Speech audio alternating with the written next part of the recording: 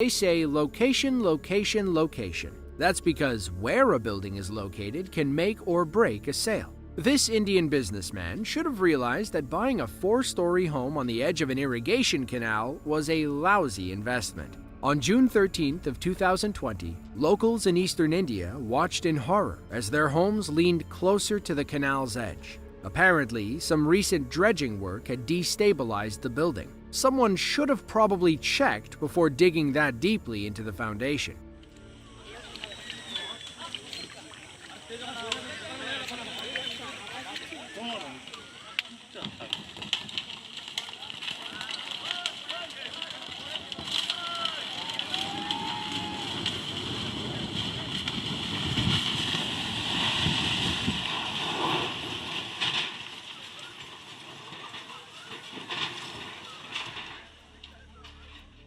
Some reports say the building was still under construction. Its proximity to the canal violated the state of West Bengal's building regulations. In other words, they built it illegally. The collapses ultimately happened after a heavy rainstorm moved through the area. It eroded the canal wall, leading to the collapse. Workers still dug too close to the building while excavating the canal. In fact, locals spotted several cracks in the foundation 2 days before the rainstorm. The rain may have done this building in, but a string of bad decisions ultimately dug its grave.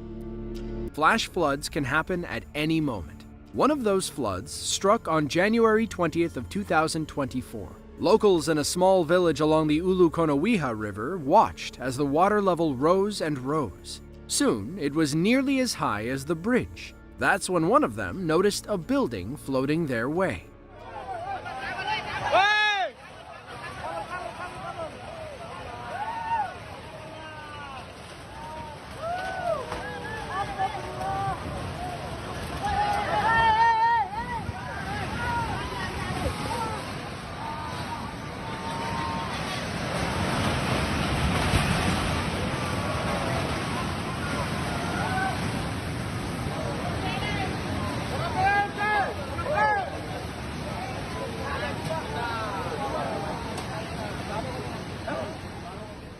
The flood began shortly after a deluge of heavy rain. The riverbanks burst, causing a massive surge of water to rush toward these villages. Thankfully, the people inside the floating house had already evacuated and were staying with a relative. Hundreds of others found themselves in similar situations. The flood left their homes filled with water. They fled to higher ground for their own safety with whatever they could carry. Super Typhoon Mangkhut arrived in Southeast Asia with a vengeance. It was the strongest to land in the Philippines since 2016 and the worst typhoon to affect Hong Kong since 1983. Mangkhut was the 4th super typhoon of the very active 2018 season. Their position on the coast put cities like Hong Kong and Guangzhou in Mangkhut's path of destruction. Those brave enough to record the storm as it happened show what it's like to wake up in a real-life nightmare.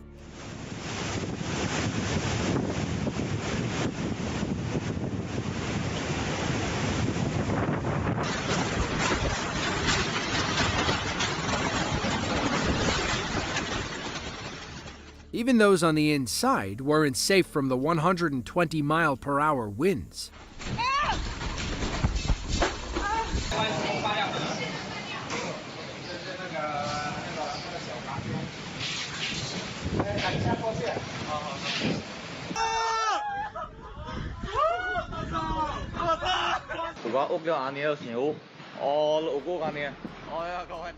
Once the wind died down, Mangkhut brought widespread flooding to the Chinese streets. Roads that were usually filled with cars looked more like rivers. In the end, the super typhoon caused about $3.77 billion worth of damage across several nations. Due to its